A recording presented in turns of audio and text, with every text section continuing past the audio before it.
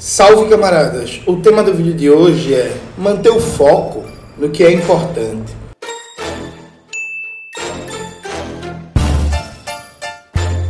Antes de começar propriamente o tema do vídeo do canal, quero muito agradecer a você que ajuda a manter e melhorar nosso canal a partir do Apoia-se. Seu apoio é fundamental para a gente continuar o nosso trabalho. Note, esse é um daqueles vídeos gravados em casa, mais rápidos e tal.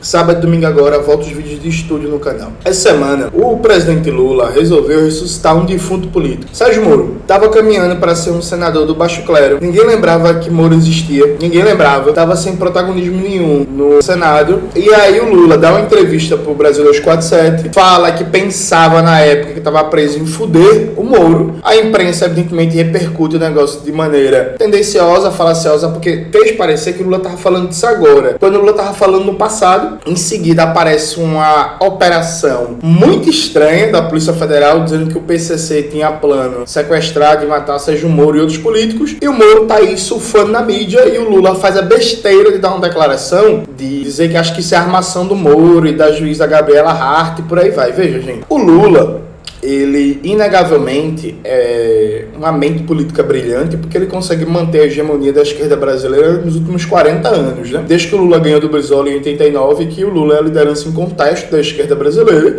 E aí o que o Lula fez com esses 40 anos de liderança é outro tema. Mas veja, o fato do Lula ser um estrategista político genialmente em contexto não significa que o Lula não erre. O Lula veio aqui para Pernambuco, no Geraldão. A Raquel Lira foi muito vaiada, particularmente, mas não só pela enfermagem, porque ela prometeu pagar o piso da categoria e até agora não se mobilizou em nada. O João Campos também foi vaiado pela enfermagem, pelos professores, ambas as categorias cobrando piso, e o Lula foi comprar desgaste com os trabalhadores de reclamar das vaias. Passou quase 4 minutos reclamando das vaias, inclusive chegou a agredir simbolicamente os trabalhadores, dando a entender: vocês estão vaiando agora porque não vaiaram contra Bolsonaro. Mas vem cá, ei Lula, fiz isso em IBGE, foi protesto, como é que tu sabe que a galera que tá vaiando agora não vaiou contra Bolsonaro? Como é que tu sabe que a galera que tá vaiando agora não tava nas ruas em 2021 arriscando a vida, pedindo fora Bolsonaro, enquanto inclusive Lula você não convocou nenhum dos protestos? Sabe isso assim? Uma presepada, uma derrapada gigantesca do Lula. E na mesma semana o Lula faz isso do Sérgio Moro. Veja, gente, o Brasil tá caminhando para uma recessão. O que é uma recessão? A gente vai ter crescimento praticamente zero, com estagnação econômica. Não vai ter crescimento significativo do emprego, nem da renda, nem da economia nacional. Eu vou gravar um vídeo fazendo inclusive um react da entrevista do Fernando Haddad para debater sobre isso. Mas veja, o Brasil está caminhando para uma recessão. Se isso acontecer mesmo, a culpa vai ser do governo Lula, porque a mídia burguesa vai colocar isso, porque a oposição de direita vai colocar isso, porque essas igrejas evangélicas fundamentalistas vão colocar isso. Até agora, a política do Lula não rompe com os fundamentos da política econômica do governo Michel Temer e do governo Bolsonaro. O que o Lula fez até agora foi dar uma parada, um break na destruição fascista do Brasil. Perfeito, maravilhoso, ótimo, necessário, certo? Tudo certo. Mas o desemprego aumentou, porque o efeito econômico do pacote eleitoral do Bolsonaro do ano passado já passou, então o desemprego aumentou. A gente ainda tem 30 milhões de pessoas passando fome, a gente ainda tem 10 milhões de trabalhadores desempregados, a gente ainda tem mais de 40 milhões de trabalhadores na informalidade. A gente tem indícios de que o Brasil caminha para uma crise no crédito. A gente tem um processo de retração da economia. A manutenção da taxa de juros acima de 13% vai jogar o Brasil numa recessão. E se o governo Lula vir esse ano sem gerar emprego, sem causar impacto significativo na renda da classe trabalhadora, sem gerar uma mudança significativa no padrão de consumo da classe trabalhadora, a popularidade desse governo vai para o vinagre. Sem popularidade, o que é que o Lula tem? O governo Lula perdeu a popularidade. Sobra o quê? O governo não tem maioria folgada no Congresso. O governo tem oposição nas Forças Armadas. O governo tem uma extrema-direita raivosa fazendo oposição. O governo não tem a aliança dos 3 estados mais importantes da federação. Veja, ó, São Paulo, Minas Gerais e Rio de Janeiro são oposição. Estão com governadores bolsonaristas.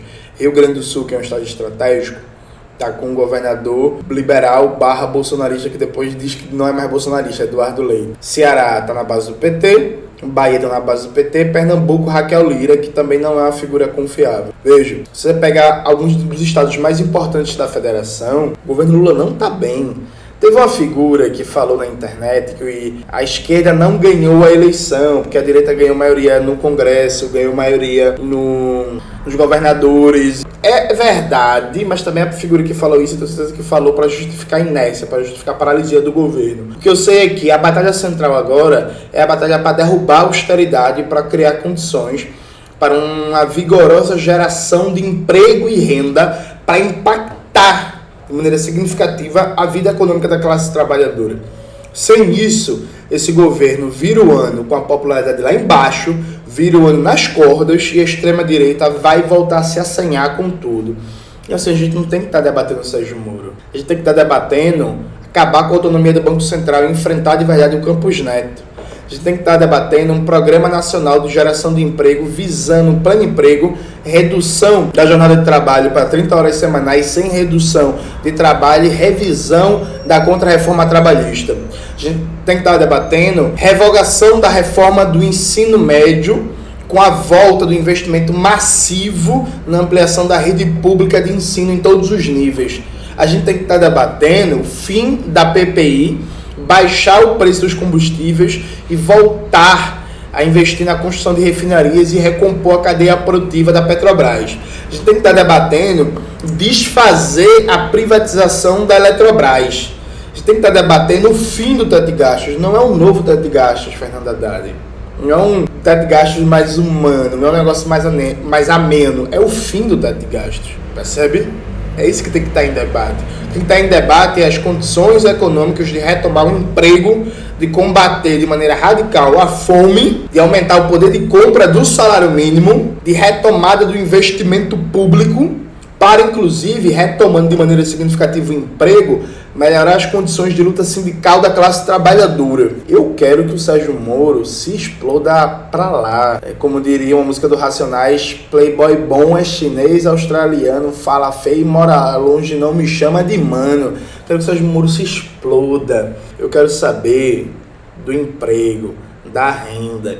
Quero saber de derrubar as contrarreformas, quero saber de recuperar a Petrobras, de recuperar a Eletrobras, de derrubar o teto de gastos, de enfrentar a austeridade, de dar uma resposta econômica para a classe trabalhadora. Porque, repito, gente, sem uma mudança econômica significativa, sem uma mudança na política econômica tocada pelo senhor Fernando Haddad e com a autorização do Lula, esse país tem tudo para entrar numa recessão.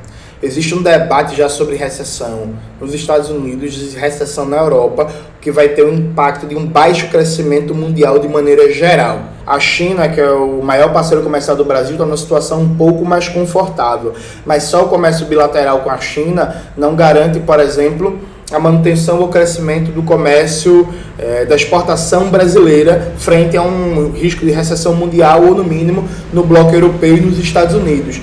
Então você tem um cenário mundial de baixa do crescimento econômico, você tem riscos geopolíticos gigantescos que podem impactar na economia, uma escalada da guerra da Ucrânia que pode ter impacto no preço do petróleo, a convulsão política em Israel, que já pode se transformar numa ofensiva militar israelense contra o Irã, contra o Líbano, contra a Síria, para tentar cimentar a unidade interna do país, em torno do governo Netanyahu, e potencializar uma disparada do preço do petróleo, isso impactar também a economia global, impactar em custos e por aí vai. Enfim, você tem várias e várias possibilidades de eventos geopolíticos que aumentem as chances de recessão. E aí no Brasil você tem uma situação em que o governo fica amarrado, a gente convive com a maior taxa de juros do mundo, as famílias estão endividadas, o investimento público, embora tenha se retomado em alguma dimensão, está muito aquém do necessário, o investimento privado está paralisado, a geração de empregos de maneira robusta não está andando. Então você tem um cenário que um dos ativadores da economia, o comércio global da economia brasileira, o comércio global de exportações brasileiras, está em decadência. O consumo das famílias está em decadência por causa do altíssimo nível de endividamento, por causa da taxa de juros astronômica, não só a taxa de juros Selic, como a taxa na ponta, né? No cheque especial, no crédito, nos juros do empréstimo consignado. Então, assim, o consumo das famílias está colapsado, está destruído, o investimento privado está lá embaixo, porque boa parte das empresas, particularmente as micro e médias empresas, também está com a capacidade de investimento destruída. O investimento público no âmbito federal não se recupera a níveis necessários para dar uma retomada econômica. O investimento público no plano estadual e no plano municipal não é suficiente para dar uma decolagem na economia, e o poder de compra da classe trabalhadora está deteriorado porque o ganho até agora do salário mínimo e os ganhos indiretos a partir da retomada de políticas sociais não são suficientes. De onde é que vai vir crescimento econômico? De onde é que vai vir geração de emprego? É milagre, é? Como é que é assim? Tipo... Então assim, exploda Sérgio Moro, Lula. Não quero saber de Sérgio Moro. Quero saber da Petrobras. Quero saber de emprego. Quero saber de direitos trabalhistas. Quero saber de acabar com o novo ensino médio e retomar um debate sobre um projeto de escola realmente democrática, nacional, popular, que enfrente o problema da educação no Brasil. Isso de Sérgio Moro. Gente, vamos fazer o seguinte. A gente debate PCC. PCC é a sigla para Programa de Crescimento Crescido. Crescimento Crescido ficou bom. É um programa de crescimento econômico para a gente alcançar uma taxa de 7% de crescimento econômico ao ano, reduzindo o desemprego para, por exemplo, 2% esse ano. Aí a gente debate. Aí, pô, tô muito afim, velho. Muito afim, de verdade. Eu quero fazer esse debate. Mas não quero debater Sérgio Moro, não quero debater PCC. Então esse é um vídeo clickbait para dizer para você que a economia brasileira está indo para o buraco, para dizer que esse país está entrando numa recessão, para dizer que se a política do governo Lula e do ministro Haddad continuar, no final do ano a popularidade desse governo está nas cordas e a extrema-direita vai se sentir segura para começar a pregar golpe de Estado, para começar a mexer os pauzinhos no Congresso, para falar de impeachment. A gente vai sair nas ruas para gritar, não vai ter golpe, com desemprego lá em cima, com baixo crescimento econômico, com baixo crescimento do poder de compra da classe trabalhadora, com inflação alta porque o PPI não foi finalizado, com aumento do custo de vida. É isso mesmo? De novo? De novo Joaquim Levy, governo Dilma II? De novo? Não, gente. Então, vamos debater economia, porque como diria o famoso pensador, é economia, estúpido. E não, o amor não venceu o ódio. O amor vai vencer o ódio de que a gente tirar a burguesia do poder. E aí sim, para isso a gente tem que começar a derrotar esse programa liberal. O programa liberal não foi derrotado. Bolsonaro foi derrotado nas urnas. O programa liberal está firme e forte. É ele que precisa ser derrotado agora. É ele o inimigo central. Esse programa liberal e todos que apoiam a manutenção desse projeto. É isso, galera. Espero que vocês tenham gostado do vídeo de hoje. Não se esqueça de se inscrever no canal, ativar o sininho, curtir esse vídeo, compartilhar.